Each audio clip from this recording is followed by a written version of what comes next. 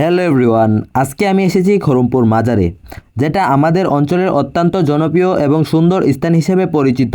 অনেকে এই মাজারকে খরমপুর মাজার হিসেবেই চিনেন, বিশেষ করে বৃহস্পতিবার দিনটাতে এখানে মানুষের ঢল নামে। আর আজ তো ঈদের পরের বৃহস্পতিবার, তাই মানুষের উপস্থিতি যেন আরও কয়েক গুণ বেড়ে গেল। এখানে দূর দূরান্ত থেকে মানুষ আসে মানত করার জন্য। আর আজকের যে অবস্থা আপনারা খেয়াল করলে দেখতে পারবেন, মাজারের ভিতরে যাওয়াই যাচ্ছে না। মাজারটি অবস্থিত হচ্ছে ব্রাহ্মণবাড়িয়া জেলার আখাউড়া থানার খরমপুর গ্রামে।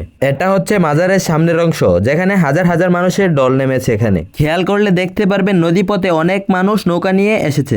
ছোট বড় অসংখ্য নৌকা ভরে গেছে মাজার সংলগ্ন তিতাস নদীতে। এটা হচ্ছে মাজারের পশ্চিম পাশের অংশ। এখানে পাসপোর্ট জাতীয় অনেক ধরনের খাবার পাওয়া যায়। তারই পাশে কিন্তু এখানে অনেক বড় একটি বটগাছ আছে। এটি হচ্ছে মাজারের একটি অংশ, ডেক, যেখানে প্রচুর পরিমাণ টাকা হয়েছে, কিন্তু মোবাইলে তেমন ভাবে বোঝা যাচ্ছে না। এখন যে জায়গাটি দেখছি এটা হচ্ছে মাজারের পূর্ব সাইড। যে মাঠটি এখন দেখতে পাচ্ছি, এই মাঠটি হচ্ছে জানাজার নামাজে কাজে আসে এবং ঈদের নামাজে কাজে আসে। মাজারের পূর্ব সাইডে অনেকগুলা কাপড়ের দোকান আছে, যেখানে আমরা নতুন পুরাতন অনেকগুলা কাপড় বিক্রি করতে দেখতে পাচ্ছি। এটা হচ্ছে খরমপুর মসজিদ, যেখানে অনেক বড় একটি মিনার রয়েছে।